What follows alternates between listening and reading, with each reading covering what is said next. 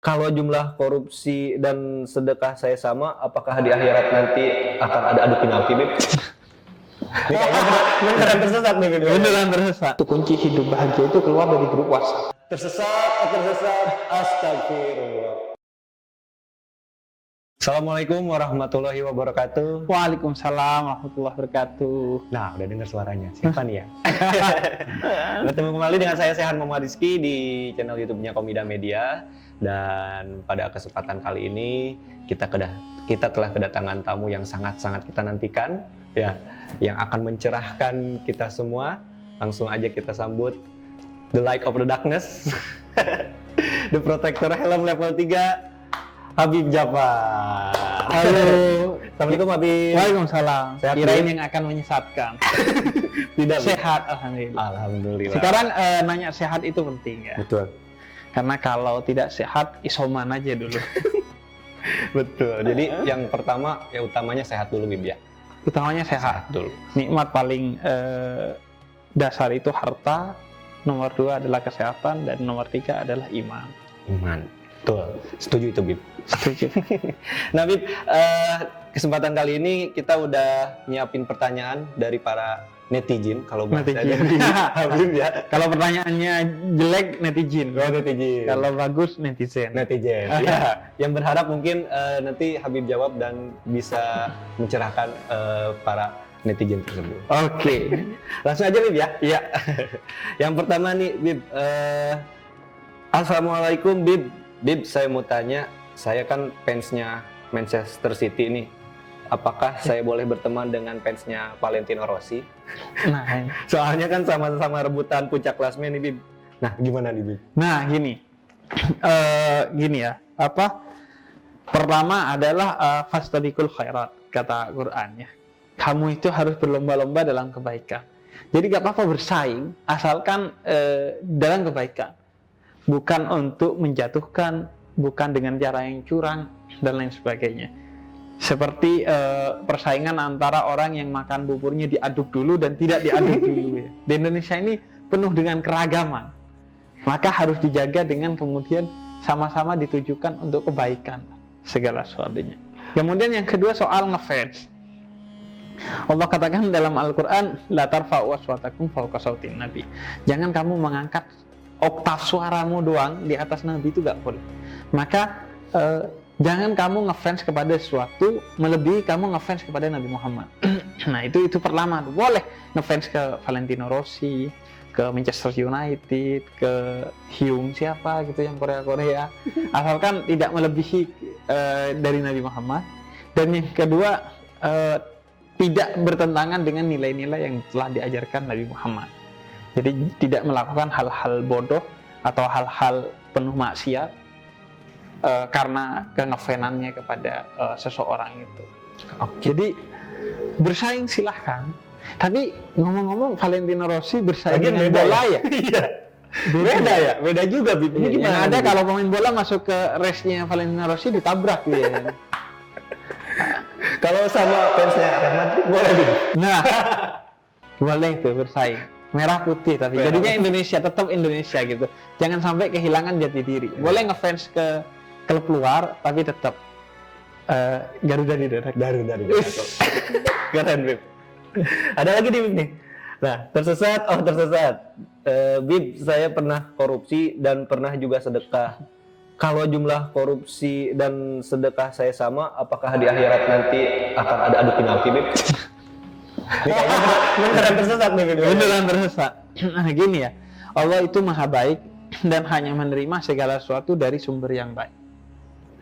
Misalnya sedekah pakai uang korupsi, ya nggak bisa. Uang yang halal aja perlu disedekahin, kalau yang korupsi itu dibalikin bukan disedekahin. Atau naik haji pakai uang korupsi. Beberapa mazhab itu bilang sah hajinya, tapi sudah pasti tidak diterima oleh Allah karena dari uang yang haram. Allah itu hanya menerima yang halal-halal saja. Karena Allah itu maha suci, maha baik, dan maha agung. Jadi kalau sumbernya buruk ya gak akan diterima. Itu yang pertama. Kemudian kalau sama nih, nah ini kadang ya pertanyaan ini pertanyaan tersesat. Tapi saya sukanya ke pemuda tersesat. Dia kan pasti nggak baca Quran. Maksudnya dapat pertanyaan ini pasti bukan dari Quran. Iya. Tapi dia tersesatnya itu murni. Jadi kayaknya melalui proses 2 kali penyaringan ketersesatannya. Kenapa? Karena gini, ini pasti muncul dari hati yang jernih atau pikiran yang bersih. Karena ini dibahas secara khusus di dalam suratul A'raf. Surah Al-A'raf itu membahas tentang orang yang pahala dan dosanya sama nanti di akhirat. Tentu nggak perlu adu penalti atau penambahan waktu di dunia. Iya. Dia itu nanti ditaruh di satu bukit yang namanya Bukit Al-A'raf. Nah, Bukit Al-A'raf ini mereka ditempatkan di sana sampai semua kelar dihisab. Jadi penderita dan mereka akhirnya dimasukkan ke surga oleh Allah karena rahmat Allah, karena Allah Maha Cinta. Penderitaan mereka nunggu sampai semua selesai. Karena intidhar nisful adab kata orang Arab. Menunggu itu separuh dari kekesalan, separuh dari bencana. Jadi mereka tetap masuk surga. Nggak usah ngulangi pertandingan gitu, nggak usah melakukan apa-apa karena rahmatnya Allah. Karena Allah itu Maha Rahmat. Sehingga orang yang meniatkan dosa tapi belum melakukannya nggak dihitung dosa. Tapi orang yang meniatkan kebaikan dan tidak sempat melakukannya dihitung satu pahala. Jadi Allah Maha Cinta. Allah Maha Cinta. Nah, tips dari Habib biar kayak kita nih anak muda yang kerja di lembaga keuangan kayak gini biar terhindar dari niatan untuk korupsi kayak gimana? Jadi niat agar terhindar dari korupsi. Niat agar terhindar dari ketidakprofesionalan dalam bekerja. Dan korupsi itu ingat bukan hanya korupsi duit. Bisa korupsi waktu. Ya. Datang terlambat, pulang lebih dulu, itu korupsi waktu. Kemudian bisa juga korupsi nikmat orang, iri sama nikmatnya orang, tidak rela kepada nikmatnya teman yang gajinya lebih gede dan lain sebagainya. Jadi korupsi itu banyak bentuknya. Dan ingat, kata Nabi, ar-rashi wal murtashi finnar. Yang korupsi maupun yang memberikan jalan, yang nyogok dan yang disogok sama-sama dapat dosanya, dan dosanya adalah di neraka. Dan korupsi itu kata Nabi mencengkram dalam salah satu hadis. Karena orang kalau sudah korupsi harus bohong. Kemudian dia harus bikin penipuan-penipuan agar gak ketahuan korupsinya. Di laporan lah dan lain sebagainya. Jadi mencengkram. Dan dia bisa mencandu juga. Besok pengen korupsi lagi. Dan dia akhirnya merubah gaya hidup kita. Jadi hedon, akhirnya dosa lagi dan lain sebagainya. Ngasih makan anak dan istri pakai uang korupsi. Lain lagi dosanya, jariah dosanya. Orang nyari amal jariah, dia dosa yang jariah. Nah, agar menghindari semua itu, yang paling mendasar adalah bekerjalah dengan niat ihsan. Ihsan itu adalah anta'budallah ka'annaka tarak wa in lam takun tarak fa'annahu yarak. Bekerjalah kamu, beribadahlah kamu seolah-olah kamu melihat Allah. Kalau tidak, ketahuilah bahwa Allah melihat kamu.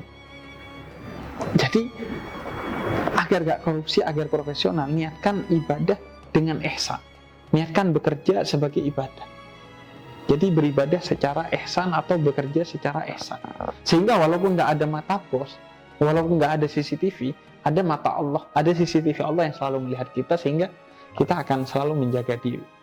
Karena di tengah kesendirian tetap ada Allah. Nggak berani kita korupsi. Apalagi kalau korupsi takut sama bos, nggak takut sama Allah, itu kan kurang ajar.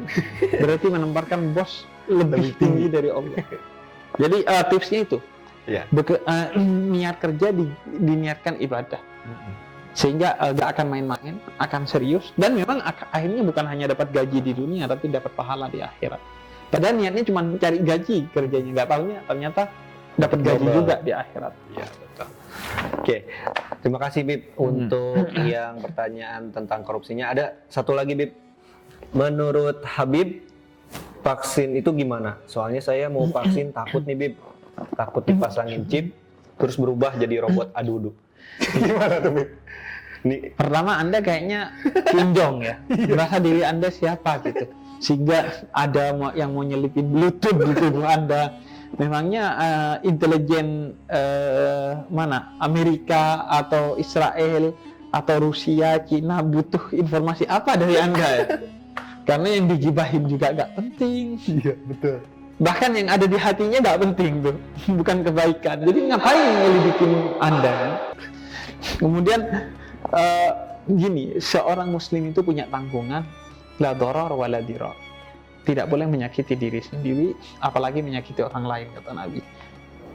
Dan dia harus hifdun nafas, menjaga diri sendiri, menjaga jiwanya, menjaga nyawanya, menjaga kesehatan. Itu sebagai bentuk syukur atas nikmat kesehatan yang diberikan oleh Allah kepada kita dan nikmat hidup. Karena itu berbagai upaya ikhtiar untuk menjaga itu semua itu wajib dilakukan oleh kita, termasuk dengan vaksinasi di tengah pandemi COVID-19 ini. Karena itu secara agama berarti kita menjaga diri kita dari kemungkinan sakit dan mati, dari kemungkinan mencelakakan diri dan orang lain. Sehingga dia bukan hanya baik bagi kesehatan, tapi baik bagi batin kita. Karena itu berpahala. Bahkan begitu pentingnya ini sehingga dulu itu zaman vaksin polio, itu vaksinnya haram. Iya. Tapi diperbolehkan tetap oleh MUI karena apa? Karena darurat. Karena kedaruratan. Karena saking pentingnya hifdun nafas, menjaga jiwa manusia itu. Jadi ya harus tetap vaksin. Harus ya. Iya. Dan kan harus banyak ini, tetap- maaf kepotong. Banyak orang yang takut tuh karena misalkan dengar berita A, dengar berita B, dengar berita C. Itu gimana cara kita biar terhindar dari misalkan hoax-hoax kayak gitu gimana sih? Iya. Jadi gini. Pertama ya, andaikanlah ini konspirasi. Iya. COVID ini konspirasi. Tapi kan nyata ada. Iya. Karena itu kita harus melawan. Yang dilawan sebelum melawan konspirasinya, lawan dulu yang nyata nih di depan mata. Kita harus lawan. Bagaimana Anda mau melawan konspirasi kalau Anda menjadi korban dari COVID-19 ini? Jadi lawan dulu. Mau Anda percaya konspirasi atau gak konspirasi? Ya. Dan kalau mengenai hoax-hoax yang terjadi, memang hoax ini begitu jahat. Karena dia diciptakan oleh orang pintar untuk mengelabui orang bodoh. Dia diciptakan oleh orang jahat untuk mengelabui orang baik. Ada tuh kan ceritanya, orang nyuruh jangan vaksin di grup-grup WhatsApp, gak taunya dia vaksin. Iya. Atau ada orang yang ayahnya meninggal karena korban hoax di grup WhatsApp. Anaknya udah ngasih tahu gak didengerin, tapi dia percaya grup WhatsApp. Akhirnya naudzubillah meninggal. Kan siapa yang membunuh satu nyawa? Kata Allah dalam Al-Quran, dia seperti membunuh seluruh umat manusia. Padahal cuma pakai jari. Karena itu kunci hidup bahagia itu keluar dari grup WhatsApp. Karena membahayakan gitu. Membahayakan. Ya. Nah, hoax itu fitnah bahasa Arabnya. Fitnah itu di akhir zaman adalah senjatanya Dajjal. Karena itu kita tuh disunnahkan untuk hafal surat Al-Kahfi minimal 10 ayat pertama. Atau membacanya setiap hari paling tidak agar terjauhkan dari fitnah Dajjal, salah satu khasiat. Karena senjata utamanya Dajjal itu adalah hoax. Jadi orang yang menyebarkan hoax itu anak cucunya Dajjal. Paling enggak dia ada darah-darah Dajjalnya kayak. Nah, sifatnya atau kedajjal-dajjalan. Sebagaimana orang yang takabur itu tafar'ana dalam bahasa Arab, disebut ke Fir'aun-Fir'aunan. Jadi orang yang sombong itu disebutnya ke Fir'aun-Fir'aunan. Jadi orang yang menyebarkan hoax disebutnya ke dajjal-dajjalan. Dia cosplay jadi dajjal. Dajjal belum datang, ini cosplaynya sudah ada. Nah, hoax itu bahaya. Karena umat Islam itu pernah diadu domba dan terpecah dalam berbagai golongan. Itu karena hoax yang disebut dengan fitnatul kubra. Hoax tentang kematiannya Sayyidina Utsman ibn Affan radhiyallahu anhu. Siapa yang membunuh itu saling tuduh dan akhirnya terpecah umat Islam. Dan akhirnya sampai saat ini terpecahnya umat Islam dalam banyak golongan, terhasut, terprovokasi, saling menyesatkan, saling membunuh, mengkafirkan, itu ya karena hoax semuanya. Dan hoax itu begitu jahat hingga Nabi pun pernah jadi korban hoax. Yaitu istri Nabi pernah dituduh selingkuh dan akhirnya Quran yang mengklarifikasi. Nabi juga jadi korban hoax karena kenapa? Karena banyak hoax yang mengatasnamakan Nabi Muhammad. Padahal kata Nabi, siapa yang menyebarkan hoax atas namaku, maka tempat duduknya telah siap di neraka. Tapi orang berani-berani aja. Buktinya ada 600.000 menurut sejarawan hadis yang dikumpulkan oleh para imam hadis, Imam Bukhari, Imam Muslim, bahkan Imam Tirmidzi konon lebih.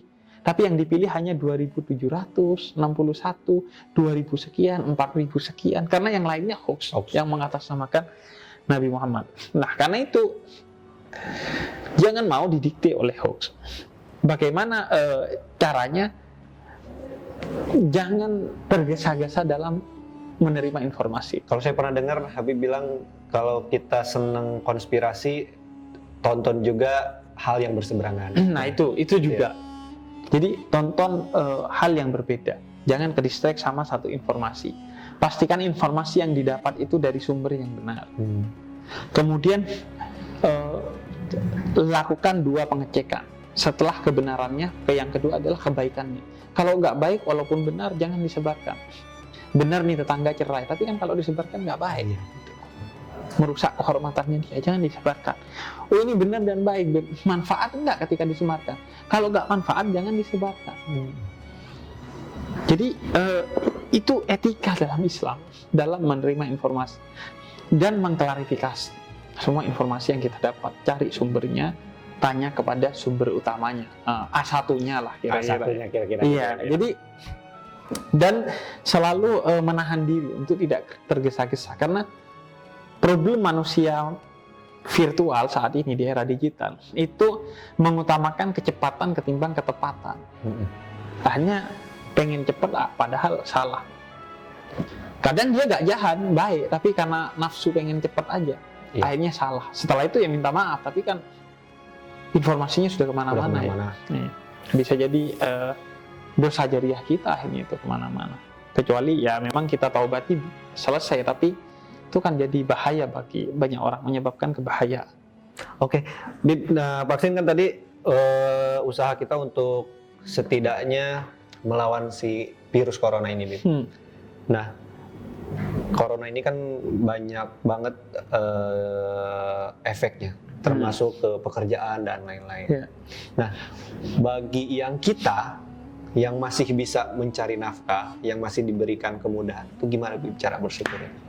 Iya, sebenarnya kita itu kan dididik untuk bersyukur dengan 2 format syukur. Pertama format horizontal, yang kedua format vertikal. Format vertikal karena kita tahu dengan bersyukur kita akan ditambah. La in syakartum la azidannakum. Kalau bersyukur kamu ditambah oleh Allah. Itu vertikal. Jadi syukurnya karena ingin ditambah. Karena janji Allah akan menambah orang yang bersyukur. Format horizontal dengan melihat di sekitar kita.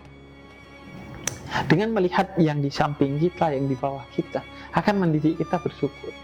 Di tengah orang berat seperti saat ini, kita masih diberi kesempatan oleh Allah untuk tetap bekerja.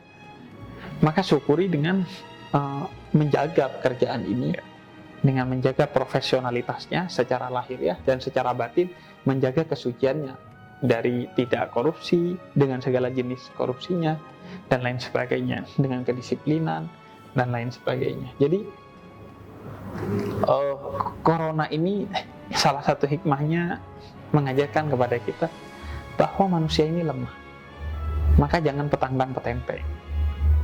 Jangan merasa kamu ini bisa melakukan apa saja. Jadi kamu ini lemah. Kerjaan kamu bisa dicabut seketika, bahkan kematian kamu bisa dicabut, diberikan seketika oleh Allah. Corona ini kan bikin kita sadar bahwa ternyata kita bisa mati loh 1 detik kemudian. Iya, betul. Sehingga mari syukuri nikmat hidup ini dengan mengisinya melalui hal-hal yang positif. Termasuk pekerjaan, nikmati dan syukuri dengan mengisinya dengan bekerja secara baik. Dengan disiplin, profesional, jujur dan lain sebagainya. Itu Bib ya. Iya. Nah, terakhir nih Bib, Habib kan akhir-akhir ini sering banget terlihat apa disebutnya Bib? Berdakwah. Tadi apa disebutnya?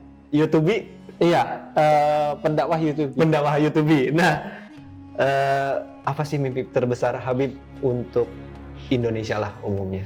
Iya, mimpi terbesarnya sebenarnya adalah menyehatkan ruang digital kita.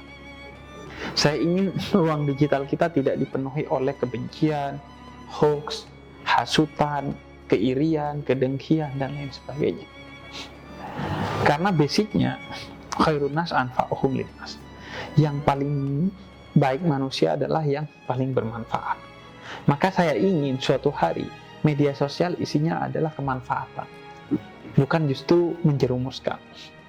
Yang populer, yang centang biru, bukan yang jualan sensasi dan kontroversi, tapi yang jualan kemanfaatan. Itu mimpi terbesar saya. Jadi yang di media sosial itu sehat. Sekarang kan media sosial jadi toksik ya. Ya. Semakin orang bermedia sosial, semakin dia jatuh dalam kegelapan. Maka saya ingin ruang media sosial ini menjadi ruang yang sehat. Karena Indonesia sekarang ada di ruang virtual. Kita sendiri sebetulnya bisa ya. 2 juta orang Indonesia sekarang sudah tersambung dengan internet.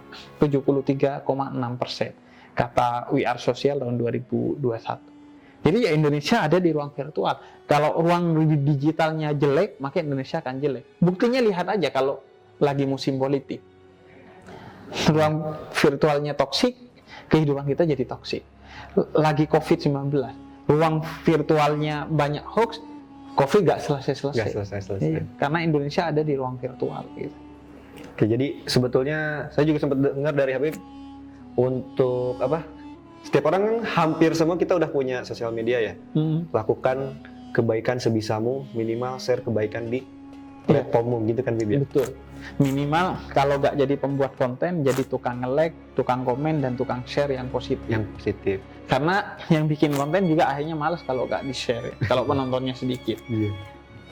Jadi kita bantu dia dengan itu, dengan share, komen, dan like. Oke, terima kasih Habib udah datang ke Terima Komida. kasih, senang sekali karena saya juga mendapatkan ilmu dan pembelajaran yang besar di sini. Isinya mayoritas anak muda. Betul. Kalau saya hitung bahkan tadi pas sholat bareng itu 90% kayaknya. Ya, 90% itu 90% anak muda. Ini mengubah pemikiran saya tentang koperasi. Koperasi kan biasanya isinya bapak-bapak, ibu-ibu. Ternyata anak muda. Dan tadi diceritain bagaimana mereka telah berkontribusi besar dalam membantu rakyat miskin di kampung-kampung. Dan ibadah termulia di sisi Allah adalah membantu orang lain dengan sedekah. Oke, terima kasih Habib untuk closing statement-nya. Mudah-mudahan bisa bertemu lagi kapan-kapan. Insya Allah. Sehat-sehat terus, Bib. Amin. Tapi kayaknya belum Abdul kalau ditutupnya nggak ngikutin Bang Muslim. Oke. Sekian dari saya. Terima kasih. Tersesat, astagfirullah. Wassalamualaikum warahmatullahi wabarakatuh. Waalaikumsalam warahmatullahi wabarakatuh.